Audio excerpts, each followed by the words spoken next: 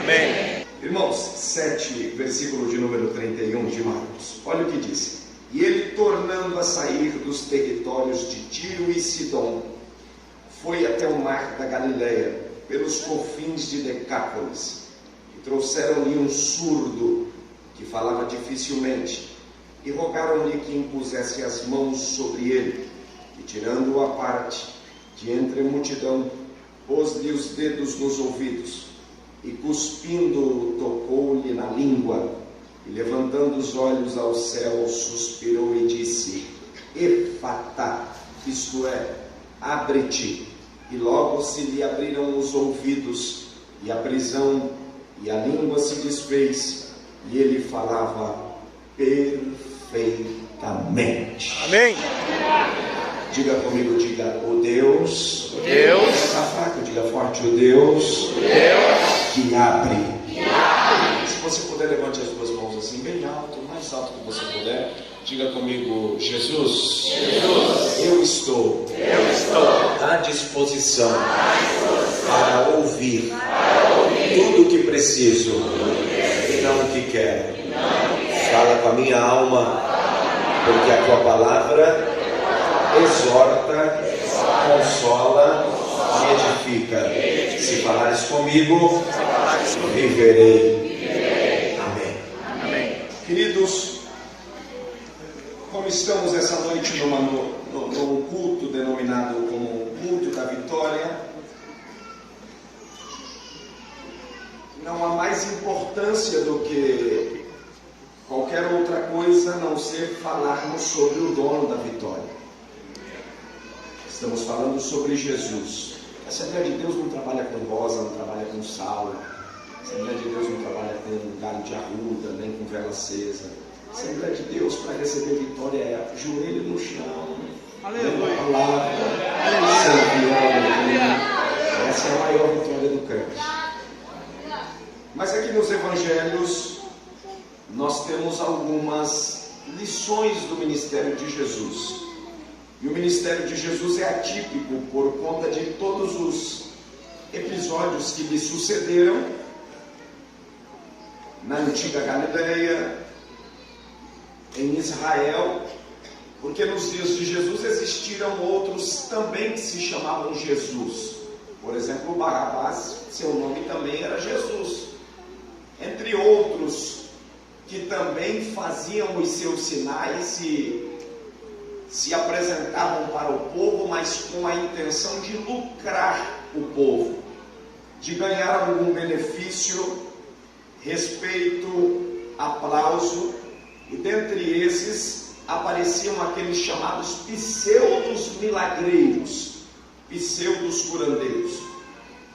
Mas o ministério de Jesus é atípico de todo o ministério, tanto dos profetas quanto também dos apóstolos, até porque a concepção dos judeus em receber Jesus, eles esperavam um Messias que viesse resolver problemas de poderes políticos. Então, qual era a intenção do Messias que eles esperavam? Eles esperavam um Messias que fosse influente politicamente, que tivesse uma cadeira próximo a Herodes, perto de César. Naquela ocasião, nos dias de Jesus, quem dominava os custos de Jerusalém e de todo Israel era Roma. Então tudo que se comprava e pagava, se pagava impostos caríssimos para Roma. Na época existiam os chamados publicanos, que eram os cobradores de impostos. Era por isso que os judeus tinham grande dificuldade de associar-se aos publicanos, porque os publicanos embolsavam boa parte do dinheiro e o restante mandava a Roma. E aí Jesus, tipicamente, diferente de todos os judeus, fariseus, pensadores, filósofos e homens da época, Jesus vem à margem da sociedade, a começar a sua origem. Perguntaram para Natanael, da onde que ele vem? Ele vem de Nazaré. Nazaré era terra de ladrão, estuprador, de gente sem índole, sem caráter. E logo vem a pergunta, mas de lá pode vir alguma coisa boa? Será que tem alguma coisa boa lá em Nazaré? Vem ver. O ministério de Jesus é pautado não entre os ricos, não entre os abastados. Herodes quis que conhecer quem era Jesus. Jesus nem tempo teve para conversar com Herodes, só mandou um recado dizendo: manda dizer para aquela raposa que eu não tenho conversa com ele. Estou curando, salvando, perdoando o pecado, e no terceiro dia eu vou ressuscitar. Porque quem foi chamado para fazer a obra de Deus não tem muita satisfação, aliás, não tem satisfação nenhuma para dar para Satanás. Jesus disse: a vida que eu estou pregando, anunciando o reino de Deus, e o reino de Deus era chegado. Jesus só nos evangelhos falou, ele não falou a respeito de si mesmo. Jesus, quando prega o evangelho, ele prega sobre o reino.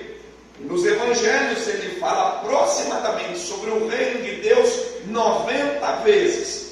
Então você vai ver Jesus mais à margem da sociedade do que assentado com os fariseus e os escribas. E os escribas eram os doutores da lei, os advogados da lei, que queriam pegar Jesus em alguma culpa.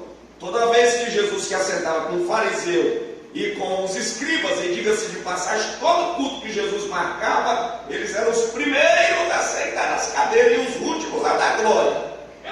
Você fariseu é assim, vem para ver o que vai dar.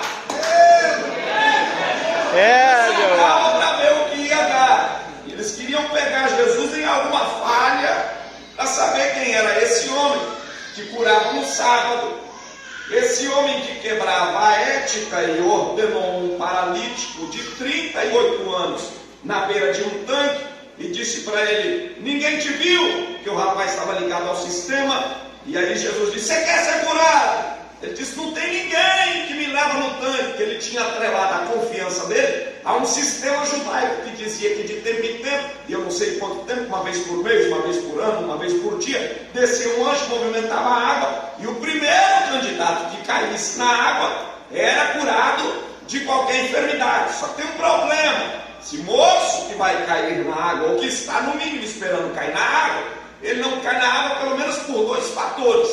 Primeiro, porque ele não tem mais a família que o levasse.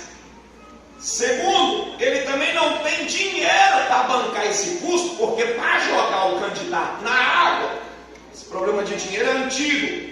Os sacerdotes recebiam uma propina, e aí juntavam uns cabra-bom de braço para jogar o seu candidato, e já ficava tudo em casa. A família desse homem não está, também ele não tem dinheiro. Aí vem Jesus, num sábado, olha para ele e fala: você quer ficar livre? E ele, não sabendo quem é que estava ali, ele disse: ninguém me leva até lá. Jesus falou: você não está entendendo, quem está aqui é maior do que o anjo que desce com o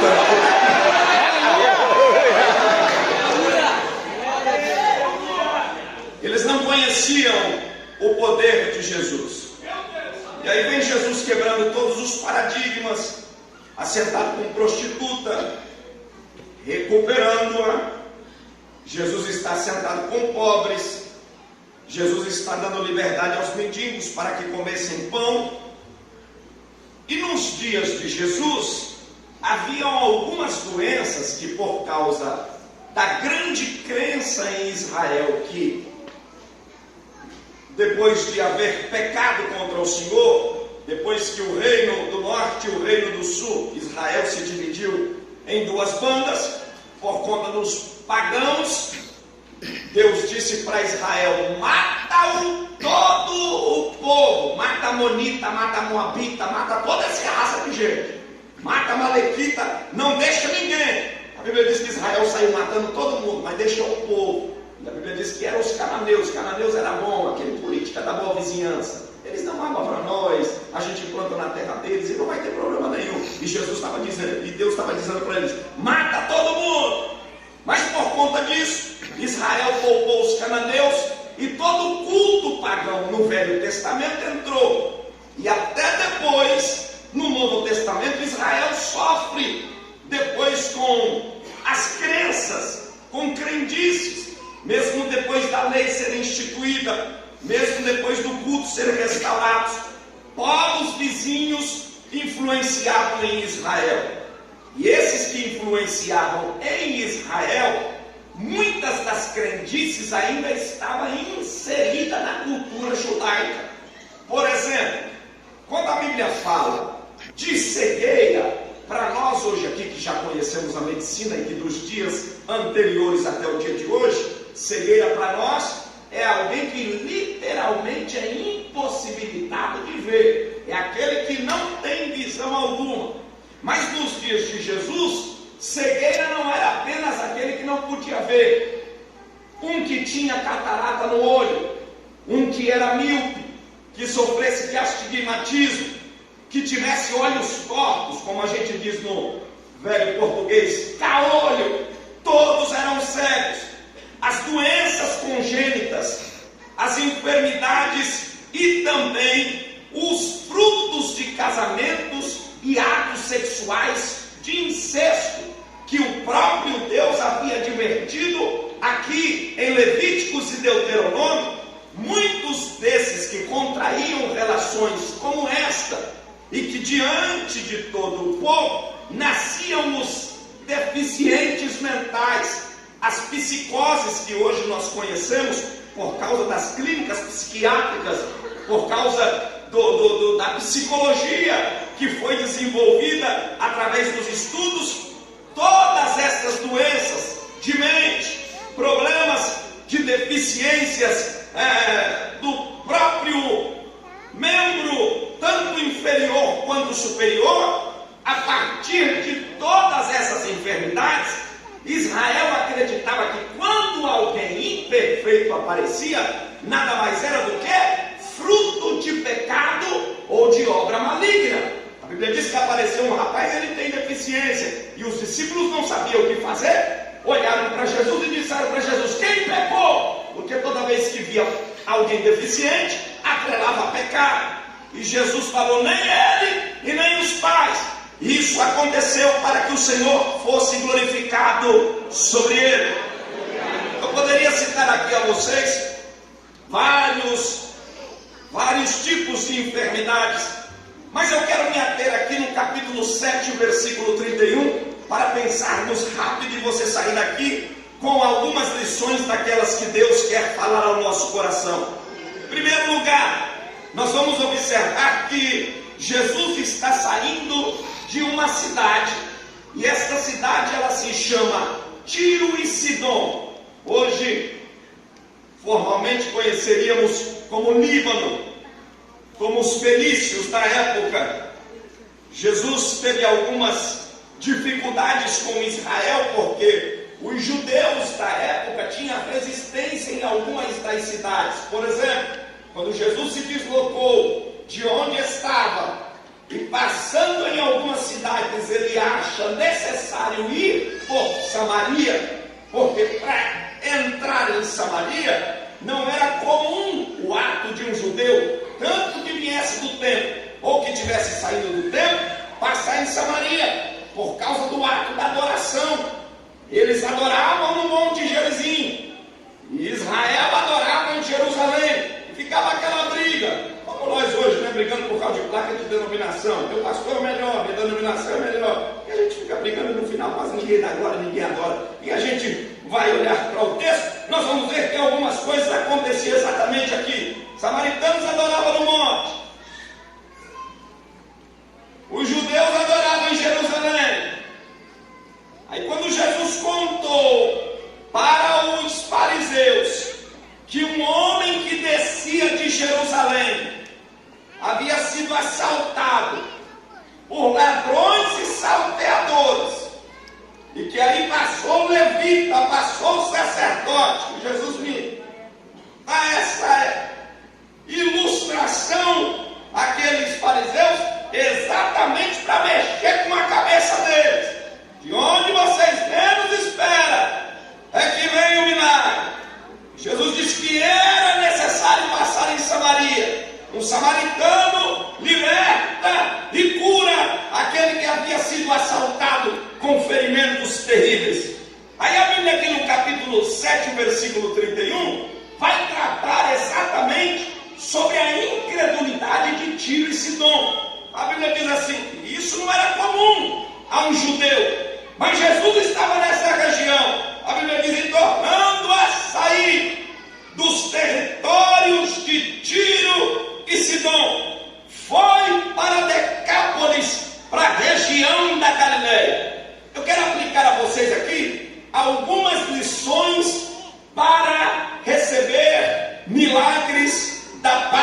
de Deus.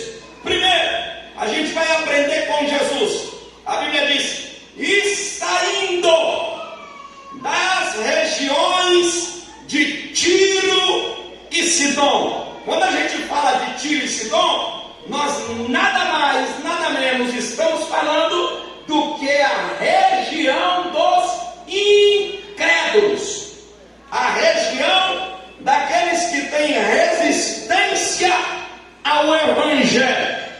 E aí diz: e foi para a Galileia. Se a gente for procurar os acontecimentos bíblicos, os maiores aconteceram aonde?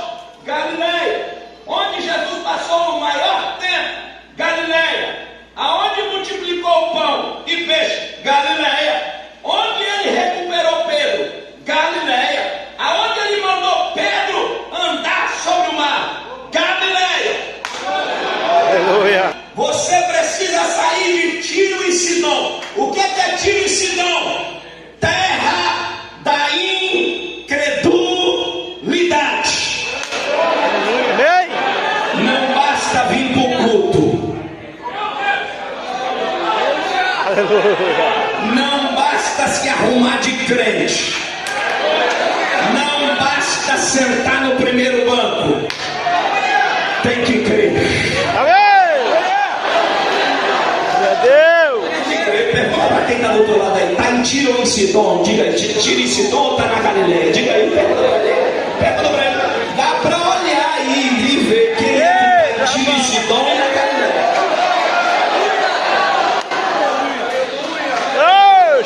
Quem vive em Tiro e Sidom vive resistente às palavras de Jesus. Quem vive em Tiro e em Sidom vive na lógica. E deixa eu dizer uma coisa: lógica não combina com fé. Lógica não combina com fé. Razão não combina com fé. Fé é o firme fundamento das coisas que se não vê.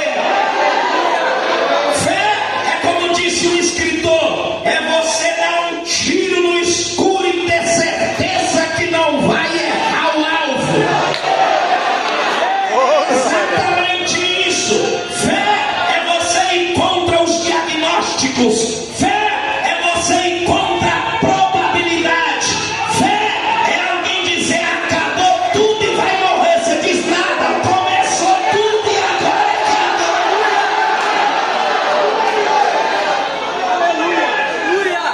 Então a primeira lição para que você viva algo sobrenatural de Deus é sair de Tiro e Sidom. Amém. Foi o que Deus falou para Abraão. Abraão, que outrora era Abraão, sai da terra dos pagãos. E ele entendeu. Em Ur dos caldeus não se adorava ao Deus eterno. Em Ur dos caldeus não se prestava culto verdadeiro ao Senhor. Depois que Abraão entendeu que ele tinha um lugar, porque de uma vez que eu sou liberto de Tiro e Sidom, de uma vez que eu me desprendi dos caldeus, eu sei onde vou chegar. Abraão sabe tanto onde vai chegar, que a Bíblia diz que ele tem uma discussão entre os pastores dele e os pastores de Ló. E ele olhou para Ló e disse aí: escolhe tua terra. Se tu escolher a esquerda, eu vou para a direita.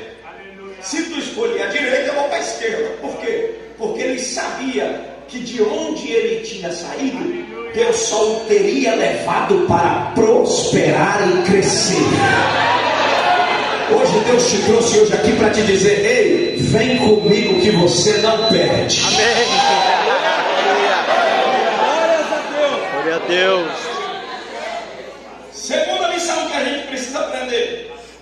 A Bíblia diz: e chegando lá, trouxeram-lhe um homem surdo que falava-lhe dificilmente.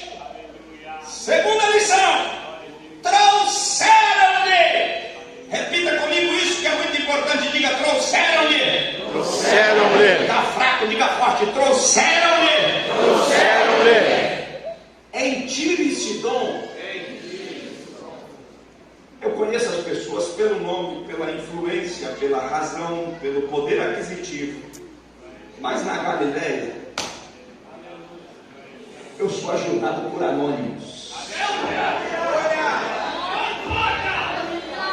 Segundo ponto para acontecer um milagre na sua vida: Deus vai colocar pessoas anônimas. Porque o milagre não está no título que fulano tem. Porque tem gente que diz assim: se eu encostar em fulano eu subo. Está enganado. Se aquela empresa se abrir para mim eu prospero. Está enganado. Irmão, quando Deus está na sua vida, tu pode vender banana na feira que fica rico.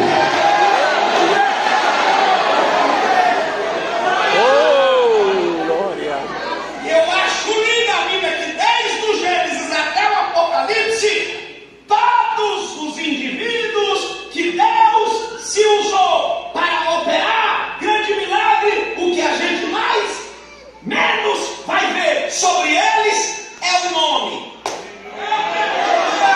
Porque tem gente preocupado com o nome, preocupado com a grife. A Bíblia diz: em Israel havia uma menininha. Talvez a gente vai saber o nome dela na glória, mas aqui a gente não sabe. Que quando Naamã passou com seu exército da Síria, raptou. Que menina terrível! Porque um exército inteiro deveria pegar o rei, mas não pega. Pega uma menininha.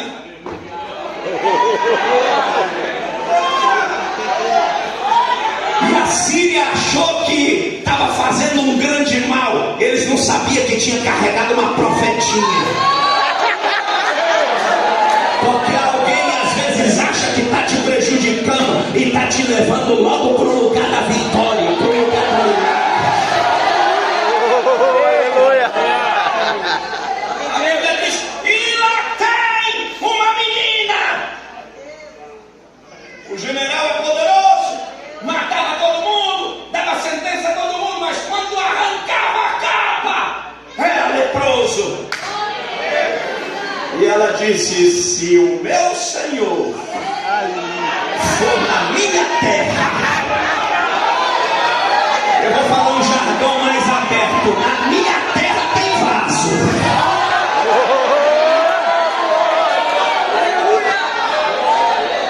Olha para quem está do teu lado aí, fala: não é o nome, é o que você carrega. Diga aí, diga aí, diga: não é o nome, não é o dinheiro, não é o sapato, não é o carro. Diabo não tem medo de bolsa, não tem medo de anel, não tem medo de bonitinho. Diabo não tem medo de marca, não tem medo de grife.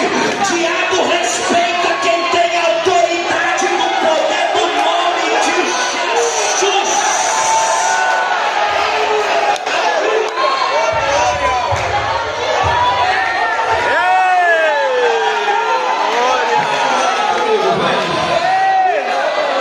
Se você puder, eu queria que você pegasse na mão da pessoa que está do teu lado aí, segure a mão dele. Diga para quem está do teu lado, diga: esse ano Deus vai colocar gente que você menos espera para te ajudar. Deus vai colocar gente que menos espera para te ajudar. Esse ano Deus vai colocar gente que você menos espera. Ei, pode não ter dinheiro, pode não ter conhecimento, mas tem poder do céu na boca, tem autoridade na mão, tem glória.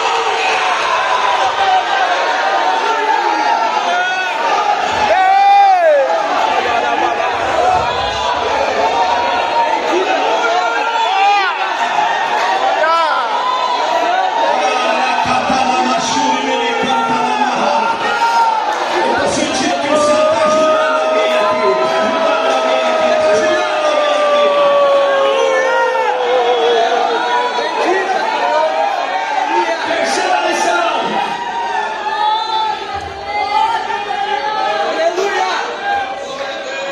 Repita comigo, diga: a primeira. Não está fraco, diga forte, diga: a primeira é sair da incredulidade. Eu não sei se vaso tem cara, mas faz cara de vaso aí. Pergunta para quem está do outro lado aí. Já saiu da incredulidade? Aleluia! Porque tem gente que fica assim: será que vai acontecer? Será que vai dar? Será que vai dar?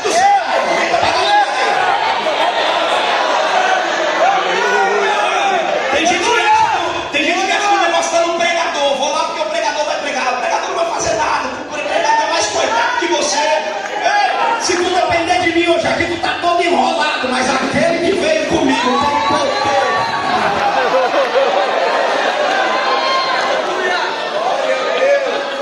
Primeiro, é sair da terra da incredulidade.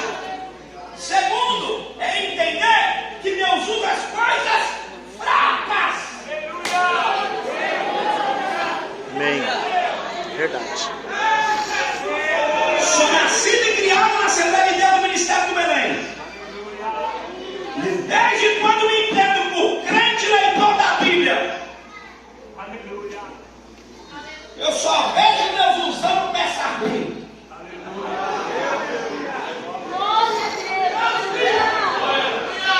A maior grandeza do Evangelho.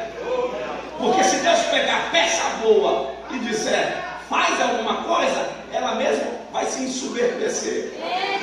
Paulo sabia quem era. Paulo disse: eu, o maior dos pecadores, o menor de todos vocês. Ele disse.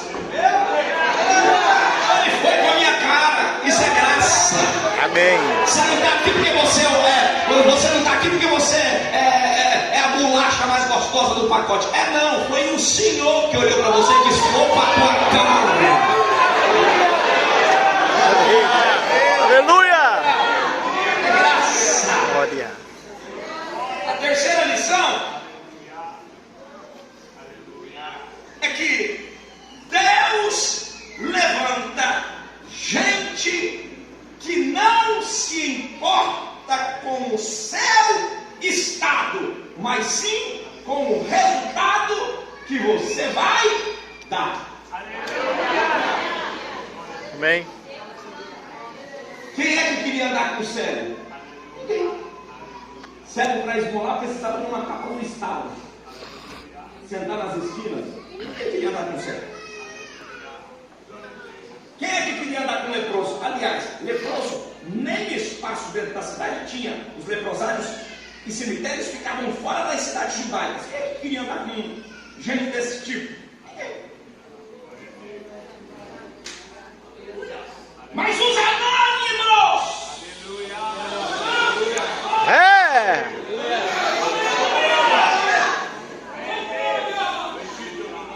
Foram anônimos que a Bíblia diz que quando havia grande fome em Israel, e a Bíblia diz que leprosos, uns olharam para os outros, uns olharam aos outros e disseram: se a gente ficar aqui, a gente vai morrer.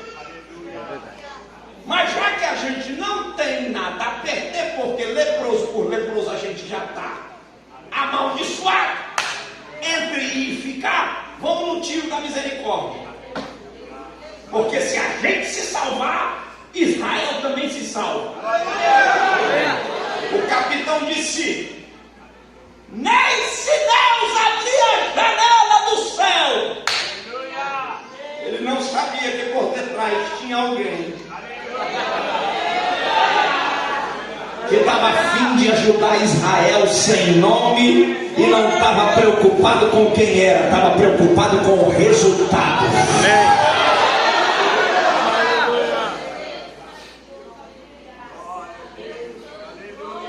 Terceira lição que a gente aprende é que Deus levanta pessoas que se preocupam com o seu estado, e não apenas com o resultado. Se preocupa com o seu estado, crendo que preocupando-se com o seu estado, o resultado será positivo. Porque andar com cego, andar com paralítico, andar com gente dessa estirpe era extremamente isolado em Israel. Eu acho lindo a Bíblia quando a Bíblia fala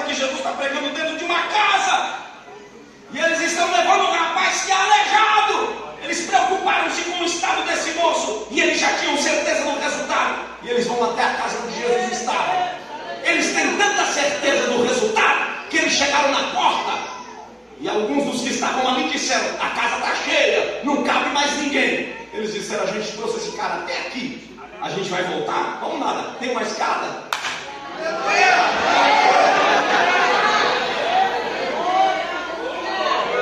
Que Deus nos dê gente assim hoje.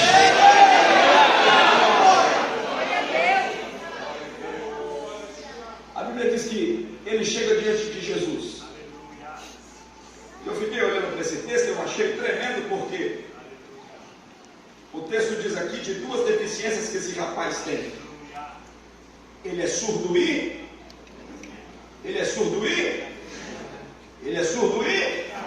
mudo. Ele é surdo e fale alto. Ele é surdo e mudo. Ele tem deficiência no falar, mas a gente acredita que possivelmente mudo, porque você só fala bem quando você ouve bem. E eu por anos e por tempo entendi que esse rapaz aqui, ele é doente só do ouvido e da boca. Aí o Espírito Santo falou para mim: lê o texto. Aleluia. Aí foi aí que eu entendi que a cura dele não era apenas física. Se você ler hoje aqui apenas para uma cura física, eu devo dizer para você que o processo não vai começar na carne, vai começar no espírito. Se Jesus não curar o nosso espírito, não adianta culto. Se Jesus não curar a nossa sede das emoções, que é a nossa alma, não adianta culto. Aí a Bíblia diz que vem Jesus, pega ele, e a Bíblia diz: e tira-o da multidão. Tira-o da multidão. Eu fiquei por tempo tentando entender por que Jesus não faz o reboliço na frente do povo. Por que Jesus tem que tirá-lo da multidão? Porque além da boca ser doente, a fala ser doente, a audição ser doente, ele também era doente de uma coisa que ele via: do olho. Porque o único canal de comunicação que ele tinha não era o ouvido. Podia falar o que falasse, ele não ouvia. Podia fazer o que fizesse, mas estando ele no meio da multidão, o olho doente, qual era a doença? Via demais. Se você não sabe, quando temos a deficiência em algum membro, a gente aguça o outro em detrimento do que não tem para compensar. Então esse moço tinha uma visão aguçada. Jesus querendo mostrar para ele que quem estava ali era o que ia curar, e ele estava perdido, olhando a multidão. E Jesus precisou tirar ele da multidão, como que se diz assim: olha para mim, sou eu. Hoje eu vou, oh glória, oh glória, oh glória. Eu estou sentindo a presença de Deus aqui, porque Deus te trouxe hoje aqui para falar para você. Sabe qual é o seu problema? Ei, o seu problema é que você está vendo demais. O seu problema é que você está vendo demais. Tem gente que vê até o que não é para ver. Jesus está tirando você da multidão e está curando as suas emoções, dizendo: olha para mim, olha para mim. Tem alguém dizendo: eu vou desviar porque eu estou vendo o pastor, o fulano e ciclano. Ei, mas se você olhar para fulano, para regente, para o pregador, você vai ficar perdido, você vai ter tanta coisa para ver. Se você ficar me olhando, você vai achar tanto defeito em mim. Mas se tu olhar para o Cordeiro de Deus,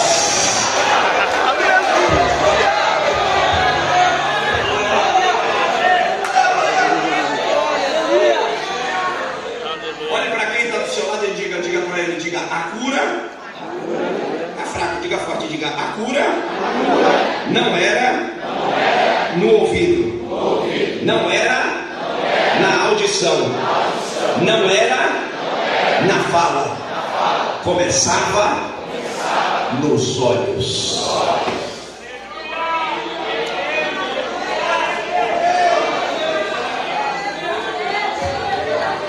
O céu te trouxe hoje aqui 15 para as 10 e ele manda te perguntar: posso curar teu olho? Porque quando o olho da gente não é curado, a gente só vê guerra, tribulação. A Bíblia diz que o moço de Eliseu olhou para ele e disse: o que faremos? Nós estamos cercados. Eliseu disse: cercado de guerra, rapaz. Ele disse: auxílio, sai da porta. E diz a Bíblia: e orou Eliseu: ó Deus, abre os olhos do moço.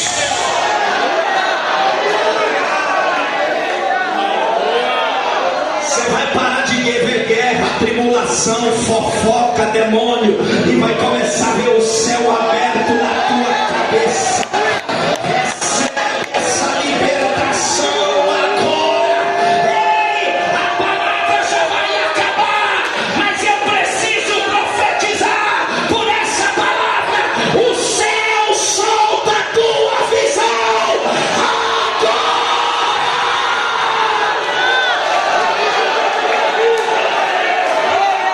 Solta glória, solta glória, solta glória, abre a boca.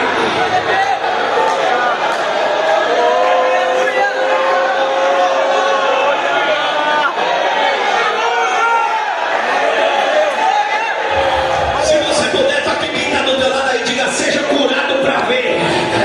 Diga, diga, diga, diga, diga, diga. Seja curado para ver.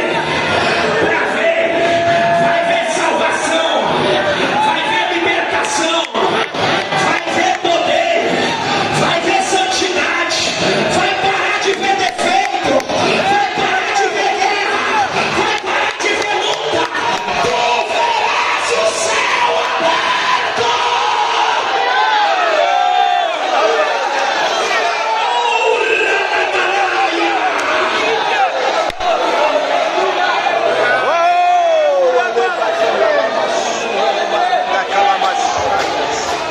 Aleluia, aleluia, aleluia. Aleluia, aleluia,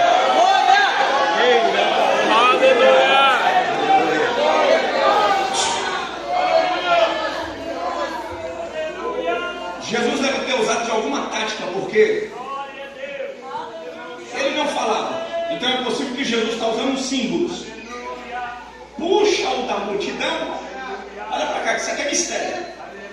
Deus está falando para você aqui: eu vou ter que tirar você de algumas amizades, algumas companhias, de algumas casas, de alguns relacionamentos, para você me olhar. Amém. Fala, Jeová.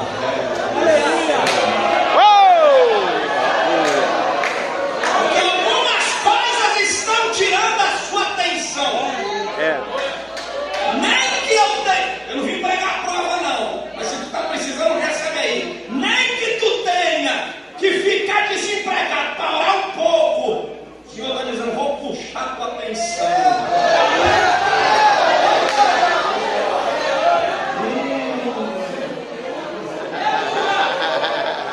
Eu sei como puxar a tua atenção. Glória a Deus. Sei como fazer você. Eu vou tirar você do meio da multidão. A multidão está te embaraçando. O problema não é Jesus, o problema é a multidão. A multidão só vai atrás de Jesus porque quer comer, vê o que vai dar. E o percentual bem pequeno vai para adorar. O problema é a multidão, o problema não é Jesus, o problema é a caravana. O Senhor está te dizendo: sai da caravana e me olha. Eu não mudei, eu sou o mesmo.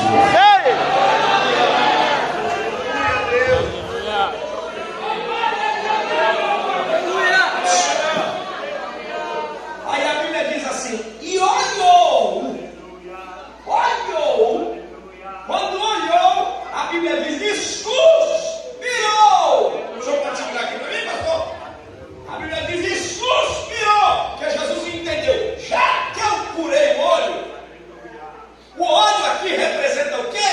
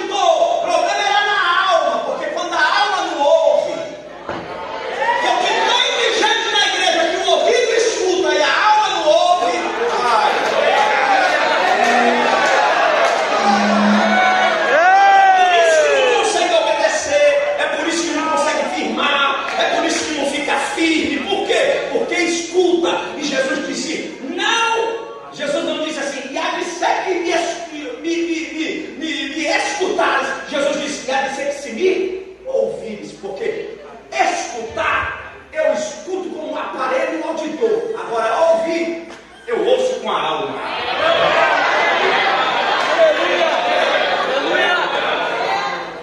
Pergunta para quem está do seu lado aí, diga para ele, pergunta para ele, já vai acabar, diga para ele, está escutando? Está ouvindo? Com o ouvido ou ouvindo com a alma? Oh, Jeová! Aleluia! Por isso que o apóstolo disse, a palavra de Deus, ela é uma espada penetrante de 2 gumes. E olha o que Jesus fez. E ele diz, e penetra até onde? Na divisão da alma. Por quê? Porque não é com a orelha que escuta, é com o coração que se ouve. Jesus disse, se eu disser para ele, escuta, ele vai escutar. Mas se eu disser para ele, ouve, é com a alma. Então deixa eu meter o dedo. Surda, ouve hoje aqui.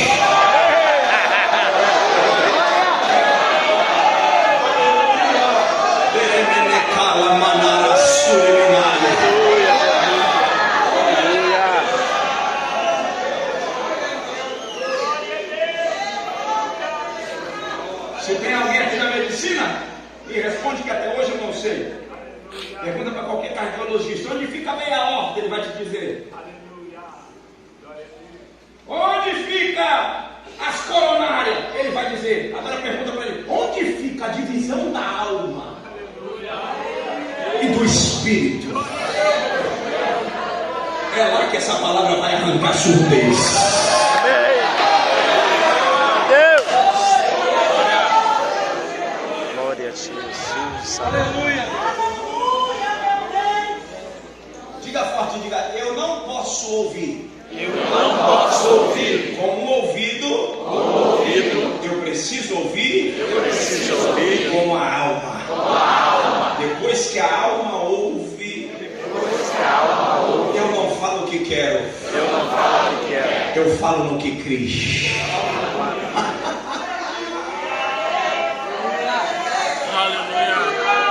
Depois que a alma ouve, ei, você só reproduz o que ouve.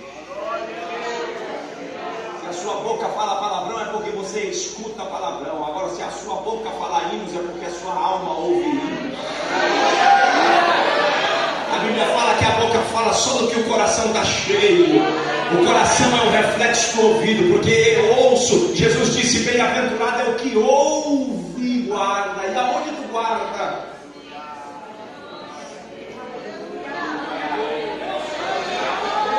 Diz a Bíblia, e depois que tocou-lhes o ouvido, meteu-lhe o dedo na língua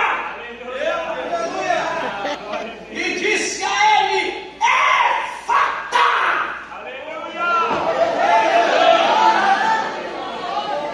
Porque depois que eu conheço Deus, depois que eu ouço Deus, é impossível o que está fechado não abrir. Quando Jesus falou para ele, Efatá, Jesus falou para ele em aramaico. E poucas vezes na Bíblia Jesus falou em aramaico. Aramaico era a língua dos judeus. E eles falavam entre si. Quando Jesus disse, Efatá, Jesus estava dizendo, abre! Seja solto!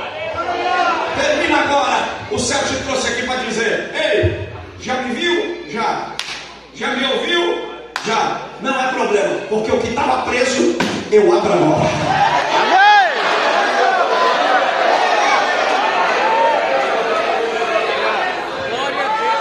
Vai em paz para tua casa. Te diz o Senhor por essa palavra, 5 para as 10 em Nova Santa Rita. Prega a Deus na minha boca e manda te avisar. Estou abrindo o que está preso para você passar. Você pode pegar na mão de quem está do teu lado e falar, o Efatá de Deus começou agora. O Efatá de Deus começou.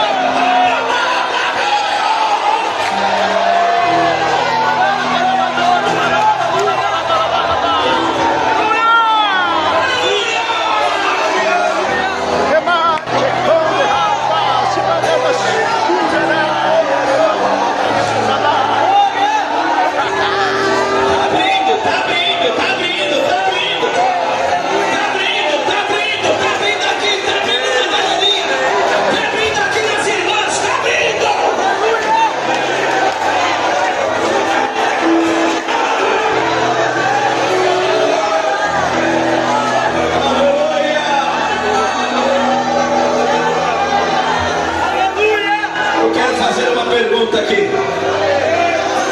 onde estão os afastados da igreja e os não crentes que precisa que Jesus te abra uma porta? E a porta que Ele vai te abrir hoje é a da salvação para um grande milagre. Cadê você? Vem, o Efatá chegou. O Efatá chegou. Vem chamando. Vem. Vem, o Efatá chegou. Vem.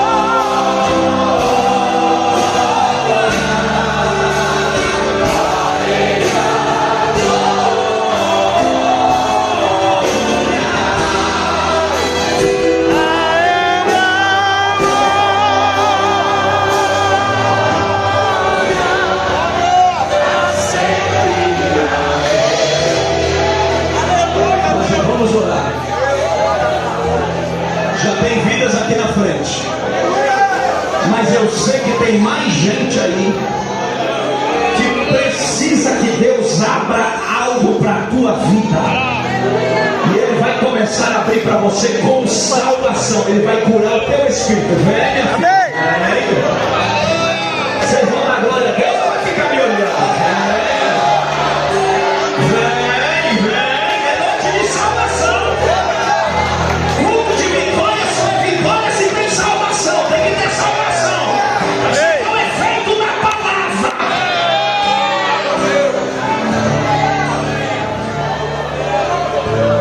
Eu sei que tem mais gente. Eu queria que você tivesse coragem de sair do seu lugar, porque o Efatá de Deus começa na sua vida hoje. Está vendo mais? Vem, tá vindo, vem.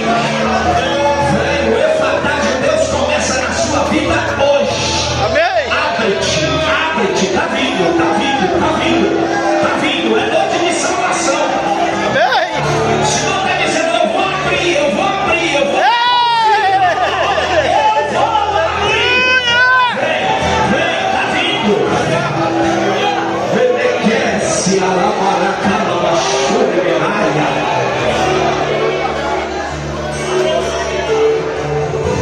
Eu sei que tem mais gente.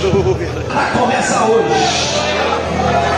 Vem, está acontecendo um milagre. Amém. Ele cala a sombra.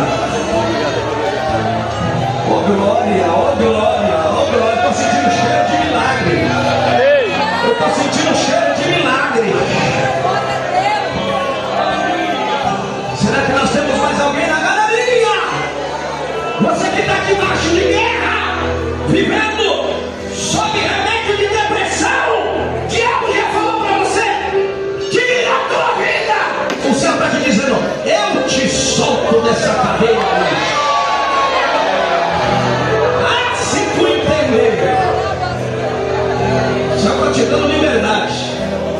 Amém. E é inteligente da tua parte vir. Vem que é hoje. Tá vindo, vem, eu estou te esperando. Vem, aqui na frente também vem. Deus está te libertando. É hoje.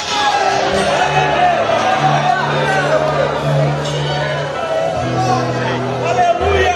E eu disse que se ouvires a voz do Senhor, não endureçais o seu coração. Vem, minha filha, vem. O Efatá chegou. Olha quanta gente presa que o céu está soltando. Olha aí, tá vendo? Lá atrás também tá vindo. Vem, é hoje. O céu te liberta, o céu te limpa, o céu quebra a cadeia, o céu abre porta, o céu te coloca na condição de soldado. Urra catalamante, o dever de cada que vai.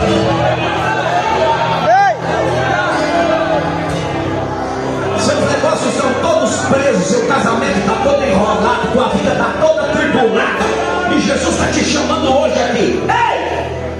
Abre-te. A ordem de Deus é abre-te. A ordem do céu para você é abre-te. Eu já vou orar. E se você quiser, ainda você tem alguns segundos. Sai do seu lugar com pressa. Me parece que está vindo mais. Venha, isso. Está vindo. Está vindo. Está vindo. Vocês vão dar glória a Deus para ficar me olhando agora.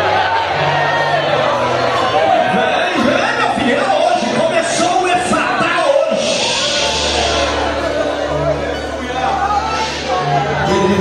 Vem, o céu abriu hoje.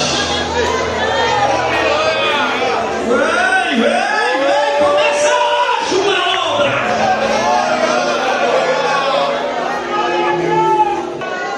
Porque a tua palavra alcançou o seu objetivo. És tu aquele que abre e ninguém fecha. E quando tu dás a ordem, não existe demônio, opressão, não existe nada. E nós queremos te pedir, confirma a tua palavra aqui agora. Confirma com sinais de curas divinas. Confirma com sinais de libertação. Confirma com sinais de milagre. Joga por terra toda a obra do diabo agora. Que seja quebrado todo laço. Jesus